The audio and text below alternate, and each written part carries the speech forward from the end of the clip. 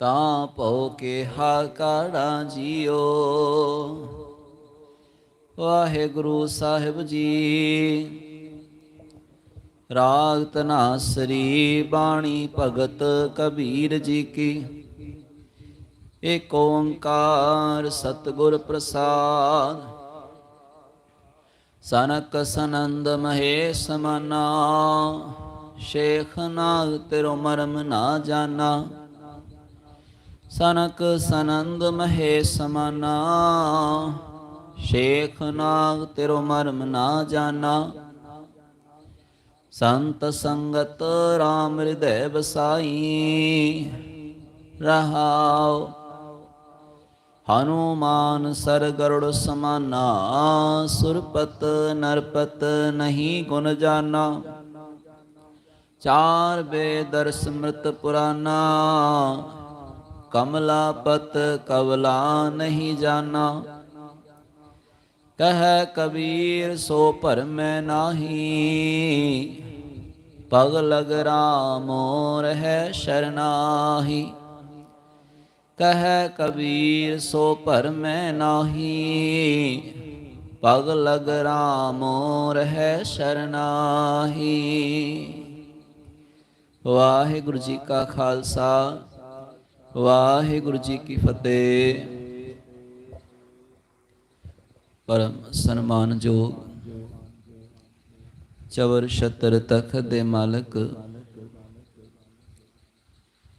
ਗੁਰਤਾ ਗੱਦੀ ਤੇ ਸ਼ੁਭਾਇਮਾਨ ਸ਼ਬਦ ਗੁਰੂ ਧੰਨ ਸ਼੍ਰੀ ਗੁਰੂ ਗ੍ਰੰਥ ਸਾਹਿਬ ਮਹਾਰਾਜ ਜੀ, ਜਿਨ੍ਹਾਂ ਦੀ ਅਪਾਰ ਕਿਰਪਾ ਸਦਕਾ ਸੰਗਤ ਵਿੱਚ ਜੁੜ ਬੈਠੇ ਹਾਂ। ਆਪ ਜੀ ਨੇ ਜੋ ਪਾਵਨ ਹੁਕਮ ਸ਼ਰਵਣ ਕੀਤਾ ਹੈ, ਧਨਾਸਰੀ ਰਾਗ ਦੇ ਵਿੱਚ ਭਗਤ ਕਬੀਰ ਜੀ ਦੀ ਰਸਨਾ ਤੋਂ ਉਚਾਰਨ ਕੀਤਾ ਹੋਇਆ ਹੈ ਤੇ ਪਾਵਨ ਅੰਗ 691 ਤੇ ਸੁਸ਼ੋਭਿਤ ਹੈ। ਗੁਰੂ ਸਾਹਿਬ ਜੀ ਦੀ ਬਾਣੀ ਵਿੱਚ ਭਗਤ ਕਬੀਰ ਜੀ ਨੇ ਜੋ ਬਚਨ ਕੀਤੇ ਨੇ, ਸਨਕ ਸਨੰਦ ਮਹੇਸ਼ ਸਮਾਨਾ। ਸ਼ੇਖ ਨਾਗ ਤੇਰੋ ਮਰਮ ਨਾ ਜਾਨਾ। ਪਰਮਾਤਮਾ ਜੀਓ, ਆਪ ਜੀ ਦਾ ਮਰਮ, ਆਪ ਜੀ ਦੀ ਗਤ, ਗੁਣਾਂ ਦਾ ਅੰਤ ਸਿਰਾ ਕੋਈ ਨਹੀਂ ਪਾ ਸਕਿਆ।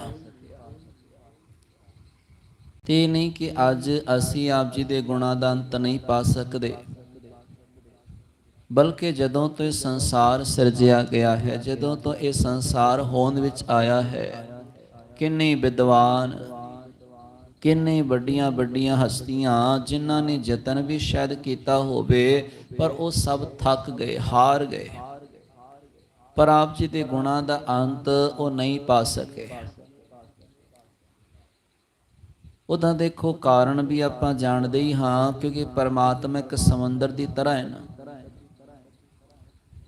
ਹੁਣ ਸਮੁੰਦਰ ਦੀ ਡੂੰਘਾਈ ਤੇ ਸਮੁੰਦਰ ਦੇ ਵਿੱਚ ਜਿੰਨਾ ਪਾਣੀ ਹੈ, ਸਾਡੀ ਮੱਤ ਉਹਦੇ ਮੁਕਾਬਲੇ, ਉਹਦੇ ਤੁਲਨਾ ਦੇ ਵਿੱਚ ਬਹੁਤ ਛੋਟੀ ਤੁੱਛ ਹੈ। ਉਹ ਪਰਮਾਤਮਾ ਸੋਚ ਮੰਡਲ ਦੇ ਵਿੱਚ ਆਉਣ ਵਾਲਾ ਨਹੀਂ ਹੈ। ਇਹੋ ਜਿਹੇ ਹੋਸ਼ੇ ਯਤਨ ਕਰਨਾ ਸਾਡਾ ਕੰਮ ਵੀ ਨਹੀਂ ਹੈ। ਅਸੀਂ ਤੇ ਸੰਸਾਰ ਦੇ ਵਿੱਚ ਆਏ ਹਾਂ ਤੇ ਗੁਰੂ ਨਾਨਕ ਦੇਵ ਮਹਾਰਾਜ ਜੀ ਨੇ ਕਿੰਨੀ ਪਰਮਾਤਮਾ ਦੀ ਭਗਤੀ ਕੀਤੀ ਹੈ, ਕਿੰਨਾ ਉਸ ਰੱਬ ਦਾ ਨਾਮ ਜਪਿਆ, ਕਿੰਨਾ ਉਹਨਾਂ ਸੇਵਕਾਂ ਨੂੰ, ਲੋਕਾਂ ਨੂੰ ਰੱਬ ਦੇ ਨਾਲ ਜੋੜਿਆ। ਪਰ ਨਾਲ ਪਾਤਸ਼ਾਹ ਜੀ ਨੇ ਗੱਲ ਪਹਿਲਾਂ ਹੀ ਦੱਸ ਦਿੱਤੀ ਹੈ, ਕਹਿੰਦੇ ਕਥ ਨਾ ਕਥੀ ਨਾ ਆਵੈ ਤੋਟ। ਕਥ ਕਥ ਕਥੀ ਕੋਟੀ ਕੋਟ ਕੋਟ। ਉਸ ਰੱਬ ਦੇ ਗੁਣਾਂ ਨੂੰ ਕਥਨ ਦੇ ਵਿੱਚ ਕਦੇ ਤੋਟ ਨਹੀਂ ਆਉਂਦੀ। ਉਸ ਦੇ ਗੁਣਾਂ ਨੂੰ ਕਥਨ ਲੱਗਿਆਂ ਕਦੇ ਘੱਟ ਜਿਹੜਾ ਹੈ ਮੁਕੰਮਲਤਾ ਨਹੀਂ ਆ ਸਕਦੀ। ਤੇ ਤਾਂ ਕਿ ਮਨੁੱਖ ਦੇ ਮਨ 'ਚ ਭੁਲੇਖਾ ਵੀ ਨਾ ਰਵੇ, ਇਸ ਵਾਸਤੇ ਕੁਝ ਵੱਡੀਆਂ ਹਸਤੀਆਂ ਦਾ ਜ਼ਿਕਰ ਗੁਰੂ ਸਾਹਿਬ ਜੀ ਦੀ ਬਾਣੀ 'ਚ ਭਗਤ ਕਬੀਰ ਜੀ ਕਰ ਰਹੇ ਨੇ।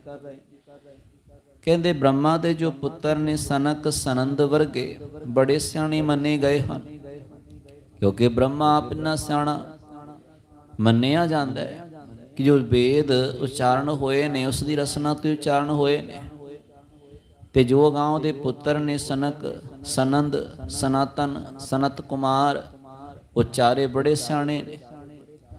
ਪਰ ਗੁਰੂ ਸਾਹਿਬ ਜੀ ਦੀ ਬਾਣੀ 'ਚ ਭਗਤ ਕਬੀਰ ਜੀ ਫਰਮਾਨ ਕਰ ਰਹੇ ਨੇ ਕਿ ਉਹ ਸਨਤ ਸਨੰਦ ਵਰਗੇ, ਮਹੇਸ਼ ਵਰਗੇ ਸਮਾ ਕੇ ਰਹਿ ਗਏ। ਉਹ ਸ਼ੇਖਨਾਗ ਵਰਗੇ ਜਿਹਦੀਆਂ ਕਈ ਜੀਵਾ ਹਨ। ਇੱਕ ਰਸਨਾ ਦੇ ਨਾਲ ਇੱਕ ਪਲ ਦੇ ਵਿੱਚ ਨਿਤ ਨਵਾਂ ਨਾਮ ਉਹ ਰੱਬ ਦਾ ਜਪ ਰਿਹਾ ਹੈ। ਤੇ ਕਿੰਨੇ ਸਾਲਾਂ ਦੀ ਗੱਲ, 1000 ਸਾਲ ਇਸ ਮਨੌਤ ਨੂੰ ਮੰਨਦਿਆਂ ਹੋ ਗਏ ਨੇ। ਉਦੋਂ ਤੋਂ ਕਿੰਨੇ ਨਾਮ ਉਸਨੇ ਜਪ ਲਏ ਹੋਣਗੇ ਉਸ ਰੱਬ ਦੇ, ਪਰ ਉਹ ਵੀ ਨਹੀਂ ਅੰਤ ਪਾ ਸਕਿਆ। ਤੇ ਸਾਡੀ ਕੀ ਪਾਇਆ ਹੈ, ਅਸੀਂ ਉਸ ਰੱਬ ਦੇ ਗੁਣਾਂ ਦਾ ਅੰਤ ਪਾ ਸਕੀਏ। ਤੇ ਜੋ ਮਨੁੱਖ ਦਾ ਆਪਣਾ ਜੀਵਨ ਹੈ ਉਸ ਪਰਮਾਤਮਾ ਨੂੰ ਸਮਰਪਿਤ ਚਾਹੀਦਾ ਹੈ, ਉਸ ਰੱਬ ਦੇ ਗੁਣਾਂ ਨੂੰ ਗਾਉਣਾ ਚਾਹੀਦਾ ਹੈ। ਕਿੰਨੇ ਕੁ ਜਿੰਨੇ ਕੁ ਅਸੀਂ ਗਾ ਸਕਦੇ ਹਾਂ, ਉਸ ਰੱਬ ਦਾ ਧਿਆਨ ਕਰਨਾ ਚਾਹੀਦਾ ਜਿੰਨਾ ਕੁ ਅਸੀਂ ਧਰ ਸਕਦੇ ਹਾਂ। ਅੰਤ ਨਹੀਂ ਪਾ ਸਕਦੇ ਤੇ ਮੁਕੰਮਲ ਸੱਚਾਈ ਹੈ। ਭਗਤ ਕਬੀਰ ਜੀ ਦੀ ਹੀ ਬਾਣੀ ਦਾ ਬਚਨ ਆਉਂਦਾ ਹੈ। ਬਾਣੀ ਦੇ ਵਿੱਚ ਕਬੀਰ ਸਾਤ ਸਮੁੰਦ ਹੈ ਮਸਕਰੋਂ, ਕਲਮ ਕਰੋ ਬਨਰਾਏ, ਬਸੁਧਾ ਕਾਗਦ ਜੋ ਕਰੋ, ਹਰ ਜਸ ਲਿਖਣ ਨਾ ਜਾਏ। ਕਿ ਭਾਈ ਜੇ ਕਿਤੇ ਮਨੁੱਖ ਸੱਤ ਸਮੁੰਦਰ ਜੋ ਸੰਸਾਰ ਦੇ ਉੱਤੇ ਬਿਰਾਜਮਾਨ ਜਿਹੜੇ ਮੌਜੂਦ ਨੇ, ਉਹਨਾਂ ਸਾਰੇ ਸਮੁੰਦਰਾਂ ਦੀ ਸਿਆਹੀ ਬਣਾ ਲਈ ਜਾਏ। ਜਿੰਨੀ ਬਨਾਸਪਤੀ ਹੈ ਉਹਨਾਂ ਬਨਾਸਪਤੀ ਦੇ ਘੜ ਕੇ ਕਲਮ ਬਣਾ ਲਏ ਜਾਣ। ਬਨਸਪਤੀ ਜਿਹੜੀ ਹੈ ਉਹਨਾਂ ਦੇ ਕਲਮ ਬਣਾ ਲਏ ਜਾਣ ਘੜ ਕੇ। ਤੇ ਜੋ ਸਾਰੀ ਧਰਤੀ ਇਹ ਕਾਗਜ਼ ਦਾ ਰੂਪ ਹੋ ਜਾਏ। ਇੰਨਾ ਕੁਝ ਹੋਣ ਦੇ ਬਾਵਜੂਦ ਵੀ ਉਸ ਰੱਬ ਦੇ ਗੁਣ ਮੁਕੰਮਲ ਤੌਰ ਤੇ ਨਹੀਂ ਲਿਖੇ ਜਾ ਸਕਦੇ। ਇਹ ਜਿਹੜਾ ਕਾਗਜ਼ ਹੈ ਧਰਤੀ ਦੇ ਆਕਾਰ ਵਰਗਾ ਘੱਟ ਪੈ ਜਾਏਗਾ, ਉਹ ਜਿਹੜੀ ਸਿਆਹੀ ਹੈ ਮੁੱਕ ਜਾਏਗੀ। ਇੰਨੇ ਕਲਮ ਉਹ ਟੁੱਟ ਜਾਣਗੇ, ਲਿਖਦਿਆਂ ਲਿਖਦਿਆਂ ਮਸ ਜਿਹੜੀ ਹੈ ਮੁੱਕ ਜਾਣੀ ਹੈ। ਪਰ ਪਰਮਾਤਮਾ ਦੀ ਜੋ ਵਡਿਆਈ ਹੈ ਉਹ ਮੁਕੰਮਲ ਰਹੇਗੀ। ਉਹ ਪਰਮਾਤਮਾ ਆਦਿ ਪੂਰਨ, ਮਦ ਪੂਰਨ, ਅੰਤ ਪੂਰਨ ਪਰਮੇਸ਼ਵਰਾ। ਤੇ ਭਗਤ ਕਬੀਰ ਜੀ ਆਖਦੇ ਹਨ, ਸੰਤ ਸੰਗਤ ਰਾਮ ਹਿਰਦੈ ਵਸਾਈ। ਇਸ ਲਈ ਭਾਈ ਮੈਂ ਤੇ ਸਤ ਸੰਗਤ ਵਿੱਚ ਜੁੜ ਕੇ ਉਸ ਰੱਬ ਦੇ ਨਾਮ ਨੂੰ ਹਿਰਦੇ 'ਚ ਵਸਾਉਂਦਾ ਹਾਂ। ਸੰਗਤ ਵਿੱਚ ਜੁੜ ਕੇ ਉਸ ਰੱਬ ਦੇ ਨਾਮ ਨੂੰ ਧਿਆਉਂਦਾ ਹਾਂ। ਉਸ ਦਾ ਅੰਤ ਪਾਉਣ ਵਾਸਤੇ ਨਹੀਂ ਤੁਰਦਾ, ਉਹਦਾ ਅੰਤ ਲੱਭਣ ਵਾਸਤੇ ਨਹੀਂ ਤੁਰਦਾ। ਜਿੰਨੀ ਉਸ ਰੱਬ ਨੇ ਮੱਤ ਦਿੱਤੀ ਹੋਈ ਹੈ ਉਸ ਮੱਤ ਦੇ ਨਾਲ ਉਸ ਰੱਬ ਦਾ ਨਾਮ ਹੀ ਧਿਆਉਂਦਾ ਹਾਂ। ਇਸ ਗੱਲ ਨੂੰ ਸਮਝਣਾ ਚਾਹੀਦਾ ਹੈ। ਦੇਖੋ ਇੱਕ ਵਾਰੀ ਕਹਿੰਦੇ ਵੱਡਾ ਵਿਦਵਾਨ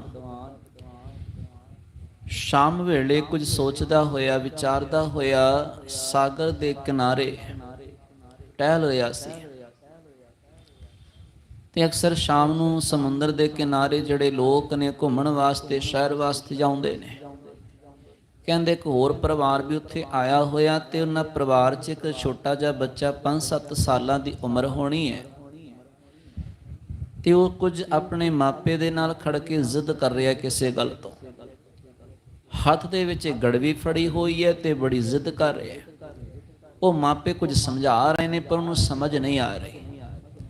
ਹੋਰ ਜਦੋਂ ਨੇੜੇ ਹੋਇਆ, ਨੇੜੇ ਹੋ ਕੇ ਪਤਾ ਲੱਗਿਆ ਉਹ ਬੱਚਾ ਕਹਿ ਰਿਹਾ ਹੈ ਜੀ ਮੈਂ ਇਸ ਗੜਵੀ ਦੇ ਵਿੱਚ ਸਾਗਰ ਨੂੰ ਭਰਨਾ ਹੈ।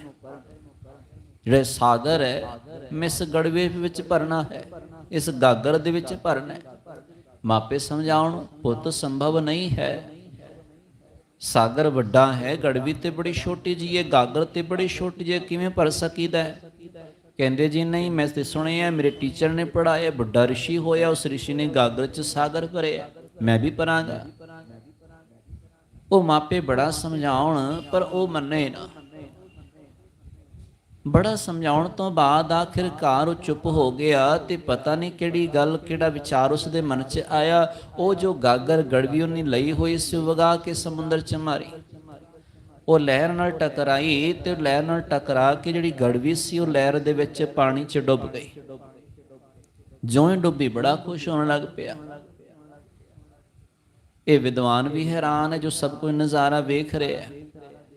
ਕਹਿੰਦੇ ਭਾਈ ਬੱਚੇ ਦੀ ਜ਼ਿੱਦ ਹੈ ਤੇ ਜ਼ਿੱਦ ਬੜਾ ਜ਼ਿੱਦੀ ਸੀ, ਜ਼ਿੱਦ ਕਰਦਾ ਪਿਆ ਸੀ। ਤੇ ਹੁਣ ਉਸਨੇ ਵਗੜੀ ਗੜਵੀ ਹੈ ਉਹੀ ਵਗਾ ਕੇ ਮਾਰੀ, ਲੱਗਦਾ ਜਿਵੇਂ ਗੁੱਸੇ ਨਾਲ ਵਗਾ ਕੇ ਮਾਰੀ ਹੋਵੇ, ਪਰ ਇਹ ਤੇ ਹੋਰ ਖੁਸ਼ ਹੋ ਰਿਹਾ ਹੈ।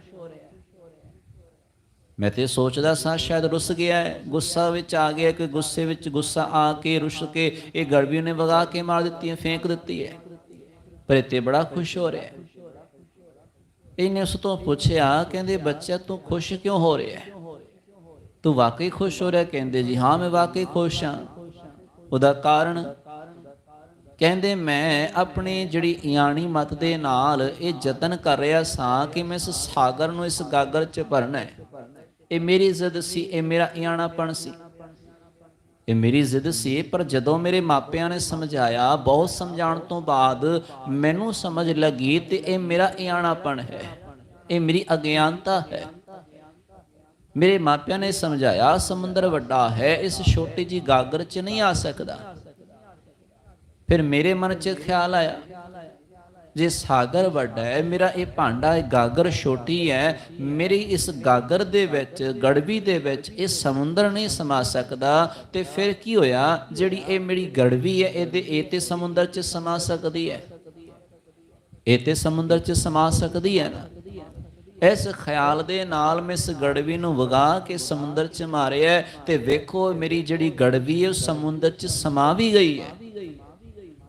ਜੋ ਮੇਰਾ ਖਿਆਲ ਸੀ, ਮੇਰੀ ਸੋਚ ਸੀ, ਉਹ ਪੂਰੀ ਹੋ ਗਈ ਹੈ, ਤਾਂ ਮੈਂ ਖੁਸ਼ ਹੋ ਰਿਹਾ ਹਾਂ। ਅੱਜ ਇਸ ਵਿਦਵਾਨ ਨੂੰ ਇੱਕ ਬੜਾ ਸਬਕ ਮਿਲਿਆ। ਉਹ ਸਬਕ ਹੀ ਇਹ ਸੀ ਕਿ ਸਾਰੀ ਦੁਨੀਆ ਇਹੀ ਯਤਨ ਕਰ ਰਹੀ, ਸਾਰੀ ਦੁਨੀਆ ਇਹੀ ਜ਼ਿੱਦ ਕਰ ਰਹੀ ਹੈ, ਜੇ ਅਸੀਂ ਰੱਬ ਦਾ ਅੰਤ ਪਾਵਾਂਗੇ, ਰੱਬ ਕਿਹੋ ਜਿਹਾ ਅਸੀਂ ਦੱਸਾਂਗੇ, ਰੱਬ ਕਿੱਥੇ ਰਹਿੰਦਾ ਅਸੀਂ ਪਤਾ ਲਗਾਵਾਂਗੇ, ਰੱਬ ਦਾ ਸਰੂਪ ਕਿਹੋ ਜਿਹਾ ਅਸੀਂ ਜ਼ਰੂਰ ਦੇਖਾਂਗੇ। ਹਰ ਮਨੁੱਖ ਇਸ ਜ਼ਿੱਦ ਵਿੱਚ ਹੀ ਲੱਗਿਆ ਹੋਇਆ ਹੈ, ਉਸ ਅਪਾਰ ਪਰਮਾਤਮਾ ਨੂੰ, ਅਨੰਤ ਪਰਮਾਤਮਾ ਨੂੰ ਇਸ ਛੋਟੀ ਜਿਹੀ ਸੋਚ ਮੰਡਲ ਦੇ ਵਿੱਚ ਵਸਾਉਣ ਦਾ, ਇਹਦੇ ਵਿੱਚ ਉਹਨੂੰ ਸਮਾਉਣ ਦਾ ਯਤਨ ਕਰ ਰਿਹਾ ਹੈ। ਪਰ ਕਿਸੇ ਵਿਰਲੇ ਮਨੁੱਖ ਨੇ ਹੀ ਉਸ ਅਪਾਰ ਸਮੁੰਦਰ ਦੇ ਵਿੱਚ ਆਪਣੀ ਇਸ ਛੋਟੇ ਆਕਾਰ ਵਾਲੀ ਇਸ ਸੋਚ ਨੂੰ, ਗੜਵੀ ਨੂੰ ਉਸ ਪਰਮਾਤਮਾ ਸਮੁੰਦਰ ਦੇ ਵਿੱਚ ਸਮਾਉਣ ਦਾ ਯਤਨ ਕੀਤਾ ਹੈ। ਤੇ ਜਿਨ੍ਹਾਂ ਨੇ ਇਹੋ ਜਿਹਾ ਖਿਆਲ ਬਣਾਇਆ ਹੈ, ਉਹ ਰੱਬ ਨੂੰ ਆਪਣੀ ਸੋਚ ਮੰਡਲ 'ਚ ਲਿਆਉਣ ਦਾ ਯਤਨ ਨਹੀਂ ਕਰਦੇ, ਉਹ ਆਪਣੀ ਸੋਚ ਨੂੰ ਪਰਮਾਤਮਾ ਦੇ ਨਾਲ ਮਿਲਾ ਲੈਂਦੇ ਹਨ। ਉਹ ਆਪਣੇ ਇਸ ਜੀਵਨ ਨੂੰ, ਆਪਣੀ ਸੋਚ ਨੂੰ, ਆਪਣੀ ਮਤ ਨੂੰ ਪਰਮਾਤਮਾ ਦੇ ਨਾਲ ਮਿਲਾ ਲੈਂਦੇ ਹਨ, ਰਲਾ ਦਿੰਦੇ ਹਨ। ਇਸ ਵਾਸਤੇ ਉਹਨਾਂ ਦੇ ਜੀਵਨ 'ਚ ਫਿਰ ਖੇੜਾ ਹੈ, ਉਹ ਖੁਸ਼ ਹੁੰਦੇ ਨੇ, ਉਹ ਆਨੰਦ ਦੀ ਅਵਸਥਾ 'ਚ ਪੜਦੇ ਹਨ। ਤਾਂ ਕਰਕੇ ਮਨੁੱਖ ਦੇ ਜੀਵਨ 'ਚ ਚਾਹੀਦਾ ਇਹ ਹੈ, ਜੁਗਤੀ ਹੀ ਇਹ ਹੈ, ਉਹ ਰੱਬ ਦੇ ਵਿੱਚ ਸਮਾ ਸਕਦੇ ਨੇ, ਰੱਬ ਦੇ ਵਿੱਚ ਅਭੇਦ ਹੋਇਆ ਜਾ ਸਕਦਾ ਹੈ। ਪਰ ਜੇ ਅੰਤ ਪਾਉਣ ਵਾਸਤੇ ਤੁਰੋਗੇ ਤੇ ਸੰਭਵ ਨਹੀਂ ਹੈ। ਤਾਂ ਕਰਕੇ ਭਗਤ ਕਬੀਰ ਜੀ ਆਖਦੇ ਨੇ ਕਿ ਸੰਤ ਸੰਗਤ ਰਾਮ ਹਿਰਦੈ ਬਸਾਈ, ਮੈਂ ਤੇ ਸਤ ਸੰਗਤ ਵਿੱਚ ਜੁੜਿਆ, ਉਸ ਰੱਬ ਦੇ ਨਾਮ ਨੂੰ ਹਿਰਦੇ 'ਚ ਵਸਾਉਂਦਾ ਹਾਂ, ਹਿਰਦੇ ਨਾਲ ਉਸ ਰੱਬ ਦੇ ਨਾਮ ਨੂੰ ਸਿਮਰਦਾ ਹਾਂ। ਰਹਾਉ ਹਨੂਮਾਨ ਸਰ ਗਰੁੜ ਸਮਾਨਾ, ਸੁਰਪਤ ਨਰਪਤ ਨਹੀਂ ਗੁਣ ਜਾਨਾ। ਹਨੂਮਾਨ ਵਰਗੇ, ਗਰੁੜ ਵਰਗੇ, ਸੁਰਪਤ ਜੋ ਦੇਵਤਿਆਂ ਦੇ ਪਤੀ ਭਉ ਇੰਦਰ ਵਰਗੇ, ਨਰਪਤ ਵੱਡੇ ਛਤਰਪਤ ਰਾਜੇ, ਨਹੀਂ ਗੁਣ ਜਾਨਾ, ਇਨ੍ਹਾਂ ਸਮੇਤ ਸਭ ਥੱਕ ਗਏ, ਹਾਰ ਗਏ, ਪਰ ਰੱਬ ਦਾ ਸਿਰਾ ਉਹ ਨਹੀਂ ਲੱਭ ਸਕੇ। ਚਾਰ ਵੇਦ ਸਿਮਰਤ ਪੁਰਾਨਾ, ਚਾਰੇ ਵੇਦ ਸਿਮਰਤੀਆਂ ਆਦਿਕ, ਪੁਰਾਣ ਆਦਿਕ ਜਿੰਨੇ ਹਨ, ਉਹ ਵੀ ਪਰਮਾਤਮਾ ਦਾ ਅੰਤ ਨਹੀਂ ਪਾ ਸਕੇ। ਵੇਖੋ ਕੋਈ ਧਾਰਮਿਕ ਗ੍ਰੰਥ ਹੋਵੇ, ਕੋਈ ਹੋਵੇ, ਭਾਵੇਂ ਸਾਡੇ ਗੁਰੂ ਗ੍ਰੰਥ ਸਾਹਿਬ ਜੀ ਹੀ ਕਿਉਂ ਨਾ ਹੋਣ, ਪਰ ਇਹ ਗੁਰੂ ਗ੍ਰੰਥ ਸਾਹਿਬ ਮਹਾਰਾਜ ਜੀ ਦੀ ਬਾਣੀ ਨਿਰੋਲ ਉਸ ਪਰਮਾਤਮਾ ਦੀ ਸਿਫਤ ਸਲਾਹ ਹੈ, ਉਸ ਰੱਬ ਦਾ ਕਲਾਮ ਹੈ, ਉਸ ਰੱਬ ਦਾ ਉਪਦੇਸ਼ ਹੈ, ਪਰ ਉਸ ਰੱਬ ਦਾ ਅੰਤ ਨਹੀਂ ਹੈ। ਕਿਤੇ ਆਪਾਂ ਆਪਣੇ ਤੇ ਮਾਣ ਕਰਕੇ ਕਹੀਏ ਜੀ ਦੂਜਿਆਂ ਦੀ ਗੱਲ ਕੀਤੀ ਹੈ, ਸਾਡੇ ਗੁਰੂ ਗ੍ਰੰਥ ਸਾਹਿਬ ਵੀ ਦੇ ਉੱਤੇ ਮੁਕੰਮਲ ਰੱਬ ਦੀ ਗੱਲ ਹੈ। ਮੁਕੰਮਲ ਰੱਬ ਨਹੀਂ ਹਨ, ਰੱਬ ਦੀ ਵਡਿਆਈ ਹੈ, ਰੱਬ ਦਾ ਉਪਦੇਸ਼ ਹੈ, ਇੱਕ ਇੱਕ ਬਚਨ ਉਸ ਰੱਬ ਦਾ ਕਿਹਾ ਹੋਇਆ, ਇਹ ਮਾਣ ਦੀ ਗੱਲ ਹੈ। ਪਰ ਕਹੋ ਜੀ ਬਸ ਰੱਬ ਇੰਨਾ ਕੁ ਹੈ ਤੇ ਰੱਬ ਦੀ ਵਡਿਆਈ ਇੰਨੀ ਕੁ ਹੈ, ਇਹ ਕਹਿਣਾ ਗਲਤ ਹੋਏਗਾ। ਆਪਾਂ ਗੁਰੂ ਗ੍ਰੰਥ ਸਾਹਿਬ ਮਹਾਰਾਜ ਜੀ ਦੀ ਬਾਣੀ ਨੂੰ ਅਨੰਤ ਆਖਦੇ ਹਾਂ, ਤਾਂ ਹੀ ਆਖਦੇ ਨੇ ਕਿਉਂਕਿ ਨਿਰੋਲ ਰੱਬ ਦੇ ਬੋਲ ਨੇ। ਪਰ ਰੱਬ ਦਾ ਜੋ ਉਪਦੇਸ਼ ਹੈ, ਰੱਬ ਦੀ ਜੋ ਬਾਣੀ ਹੈ, ਸਿਰ ਸਲਾਹ ਹੈ, ਉਹ ਕੇਵਲ ਇੰਨੀ ਨਹੀਂ ਹੈ। ਜੇ ਮਨੁੱਖ ਅਹੰਕਾਰ ਕਰਨ ਲੱਗ ਜਾਏ, ਗੁਰੂ ਗ੍ਰੰਥ ਸਾਹਿਬ ਮਹਾਰਾਜ ਜੀ ਦਾ ਪੂਰਾ ਪਾਠ ਕਰਕੇ ਕਵੇ ਜੀ ਮੈਂ ਰੱਬ ਦੀ ਪੂਰਨ ਵਡਿਆਈ ਕਰ ਲਈ, ਇਹੀ ਅਰਥ ਨਿਕਾਲੇਗਾ ਨਾ ਮਨੁੱਖ, ਮਨੁੱਖ ਇਹੀ ਅਰਥ ਕੱਢ ਲਏਗਾ। ਜੇ ਗੁਰੂ ਗ੍ਰੰਥ ਸਾਹਿਬ ਜੀ ਮੁਕੰਮਲ ਵਡਿਆਈ ਹੈ, ਰੱਬ ਦੀ ਪੂਰੀ ਮੁਕੰਮਲਤਾ ਹੈ, ਤੇ ਫਿਰ ਪੂਰਾ ਪਾਠ ਕਰ ਲੋ ਤੇ ਰੱਬ ਦੇ ਸੀ ਸਾਰੇ ਗੁਣ ਗਾ ਲਏ, ਰੱਬ ਦੀ ਮੁਕੰਮਲ ਵਡਿਆਈ ਕਰ ਲਈ। ਨਹੀਂ, ਇੰਜ ਨਹੀਂ ਹੈ, ਇਹ ਮਨ ਦਾ ਭੁਲੇਖਾ ਹੋਏਗਾ। ਅਸੀਂ ਗੁਰੂ ਨਾਨਕ ਦੇਵ ਮਹਾਰਾਜ ਜੀ ਤੋਂ ਸਿਆਣੇ ਨਹੀਂ ਨਾ ਹੋ ਸਕਦੇ। ਰੱਬ ਨੇ ਗੁਰੂ ਸਾਹਿਬ ਗੁਰੂ ਨਾਨਕ ਦੇਵ ਮਹਾਰਾਜ ਜੀ ਨੇ ਕਿੰਨੀ ਵਡਿਆਈ ਉਸ ਰੱਬ ਦੀ ਕੀਤੀ ਹੈ। ਤੇ ਜਦੋਂ ਜ਼ਿਕਰ ਕੀਤਾ ਗਾਵੇਂ ਤੋਨੋਂ ਪੌਣ ਪਾਣੀ ਬਹਿ ਅੰਤਰ, ਗਾਵੇ ਰਾਜਾ ਧਰਮ ਦੁਆਰੇ, ਗਾਵੇਂ ਚਿੱਤ ਗੁਪਤ ਲਿਖ ਜਾਣਹਿ, ਲਿਖ ਲਿਖ ਧਰਮ ਵਿਚਾਰੇ, ਗਾਵਹਿ ਈਸ਼ਰ ਬ੍ਰਹਮਾ ਦੇਵੀ ਸੋਹਣ ਸਦਾ ਸਵਾਰੇ। ਅਖੀਰ ਚ ਪਦੇ ਚ ਬਚਨ ਕੀਤੇ ਨੇ, ਹੋਰ ਕੀਤੇ ਗਾਵਣ ਸੇ ਮੈਂ ਚਿਤ ਨ ਆਵਨ, ਨਾਨਕ ਕਿਆ ਵਿਚਾਰੇ। ਮਾਲਕ ਜੀ ਨਾਨਕ ਕੀ ਵਿਚਾਰ ਕਰ ਸਕਦਾ ਹੈ?